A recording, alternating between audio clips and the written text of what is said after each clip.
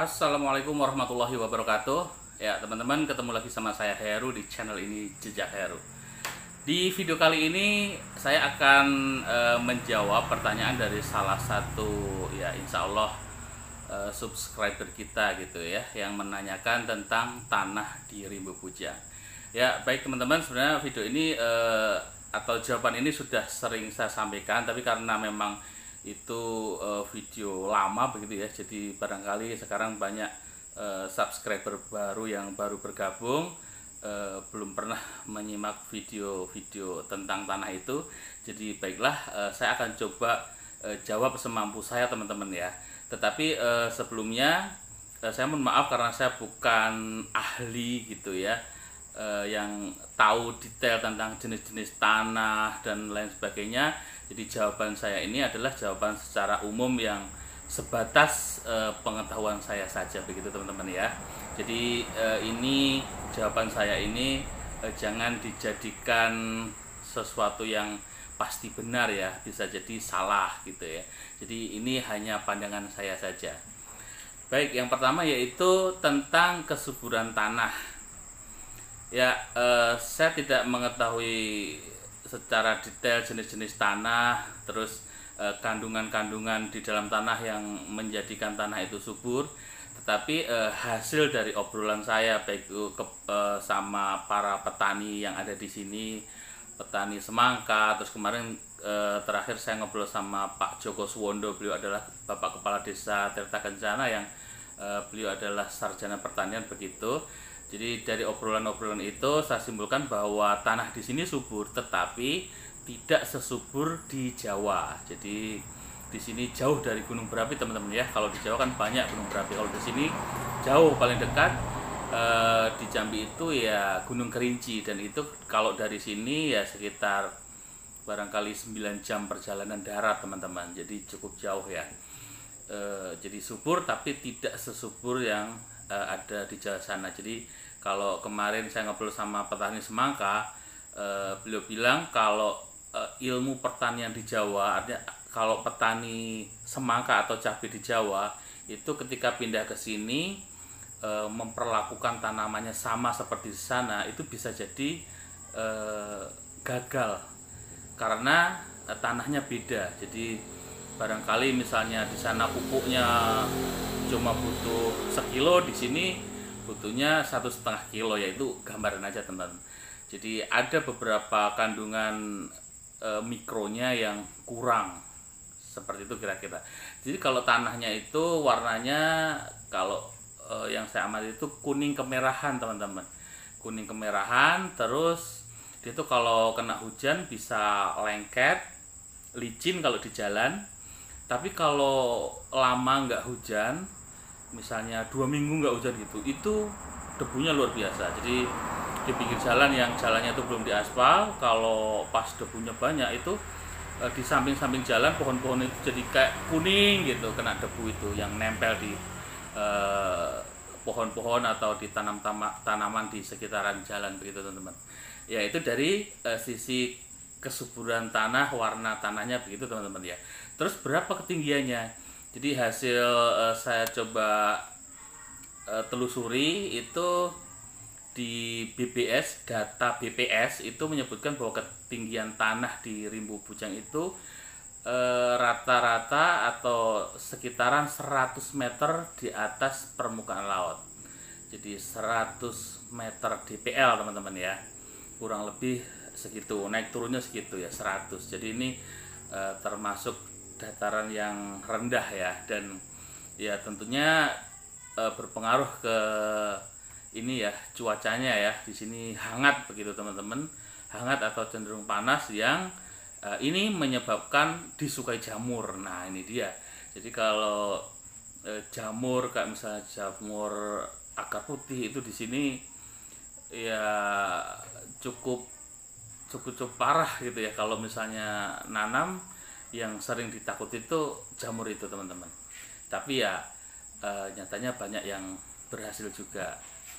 Oke, jadi ketinggiannya 100 meter DPL. Terus pertanyaannya lagi, apakah cocok ditanami durian? insya Allah cocok teman-teman, karena ini sudah terbukti banyak ya yang sudah panen, bahkan yang sudah umur 15 tahun ke atas itu juga.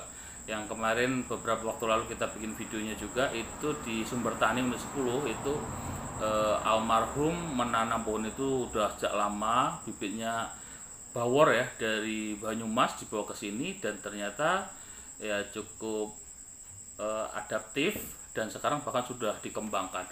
Dan ya yang jelas sudah banyak lah yang panen. Tetapi dari hasil obrolan saya sama para atau teman-teman yang menanam durian ini, kalau menurut mereka sih durian yang super ya, yang premium itu yang paling cocok adalah bawor sama duri hitam. Ya yang lain kayak musangking, super tembaga itu juga hidup, tapi tidak semudah atau secepat bawor dan duri hitam pertumbuhannya gitu teman-teman. Terus kalau tanaman durian yang lain ya tanaman-tanaman durian lokal juga banyak yang ada di sini, dan itu udah besar-besar, udah banyak panen. Tapi yang lokalan ya, kalau yang premium yaitu bawor sama duri hitam, itu yang kayaknya yang lebih cocok di sini itu. Nah sekarang masalah harganya berapa? Jadi kalau masalah harga tanah itu memang susah ya kalau ditanya berapa, karena kan tergantung banyak faktor ya, faktor kedekatan dengan pusat keramaian, faktor dekat enggaknya dengan sekolah atau ya pasar atau perkantoran dan sebagainya, apakah dekat dengan jalan aspal, apakah listrik sudah masuk. Itu jadi banyak sekali faktor yang mempengaruhi harga ini. Oke, tapi mungkin saya bisa berikan gambaran. Kalau kebun di sini kan mayoritas karet ya dulunya, jadi karet tua atau bisa dibilang tanah kosong, yang dia itu posisinya agak ke dalam. Kalaupun di pinggir jalannya itu belum aspal, itu per hektarnya di kisaran 130 juta rupiah teman-teman. Oke, jadi kebun kosong atau karet tua agak masuk ke dalam ya, sertifikat hak milik ya, tapi agak ke dalam. Terus kalaupun di pinggir jalannya belum aspal, masih tanah, atau bisa jadi dia tidak di pinggir jalan tapi di belakang lagi, di depannya ada ladang baru atau kebun baru depannya lagi jalan. Nah itu harganya di kisaran 130-an juta per hektarnya ya. Walaupun segitu itu masih jauh lebih murah dibanding di Jawa ya. Nah kalau yang di pinggir aspal, listrik sudah masuk, itu yang saya bisa berikan contoh yang kemarin dipakai untuk kaflingan perumahan begitu ya. Itu kebetulan sekitar 1 km dari warung saya ini, depan ini kan jalan aspal, terus ke kanan sekitar 1 km itu pinggir aspal, terus listrik juga udah masuk. Itu 1 hektarnya 200-an juta lebih teman-teman, karena kalau nggak salah kemarin hampir 5 hektar itu 1,3 miliar, jadi udah 200-an juta lebih per hektarnya. Nah itu teman-teman, itu yang saya bisa kasih contoh. Terus kalau yang tanah pekarangan pinggir jalan itu beda lagi teman-teman ya. Tanah pekarangan itu juga banyak faktor, tapi kalau yang kemarin yang di kapling-kapling itu 5 kali 20 kalau salah ya, itu harganya 25 juta rupiah. Makin ke belakang yang kemarin saya ngambil sedikit itu sekitar 200 meter dari jalan aspal, itu 150 meter persegi itu 7 juta rupiah. Tapi itu udah 2 tahun yang lalu teman-teman ya, mungkin sekarang masih sama lah. Oke, terus kalau di kota kecamatan, di sini kota kecamatannya di Wiroto Agung ya, atau di unit 2 itu jalan 6, jalan 7, jalan 8, jalan 5 itu sudah sangat tinggi teman-teman ya. dia udah bisa dibilang kota ya, kota kecamatan, kota kecil ya. Itu 1 meternya itu 500 hingga 1 juta rupiah per meter. Ya cukup mahal karena ya udah ramai di sana ya. Dan Pasar Sarinah itu adalah pusat keramaian di Rimbo Kujang. Oke, terus kalau masalah beli kebun gitu ya, itu memang tidak semudah yang dibayangkan ya. Jadi banyak teman-teman yang nanya, kadang saya agak kerepotan untuk menjelaskan. Jadi seolah-olah tuh cari info langsung ada, semudah itu gitu ya. Jadi nggak semudah itu. Jadi ada beberapa yang sudah kesini itu butuh waktu lama untuk bisa mendapatkan tanah yang diinginkan. Dan kalau mau beli memang sebaiknya datang ngecek langsung ke sini, karena kita susah untuk memberikan gambaran yang secara detail gitu ya kalau cuma lewat video. Ya satu lagi ya yang belum saya jawab, yaitu tanahnya datar atau seperti apa Mas? Oke, jadi tanah di Rimbo Kujang itu hampir tidak ada yang datar.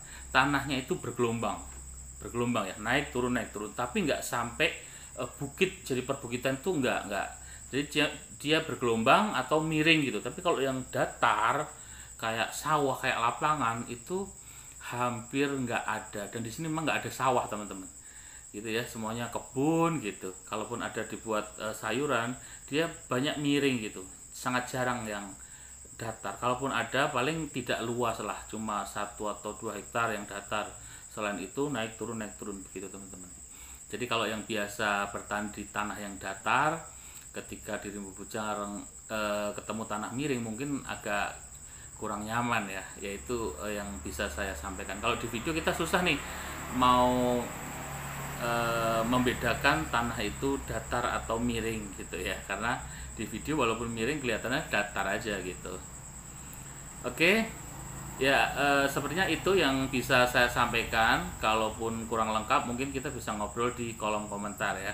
Mudah-mudahan bermanfaat. Sampai jumpa di lain kesempatan. Assalamualaikum warahmatullahi wabarakatuh.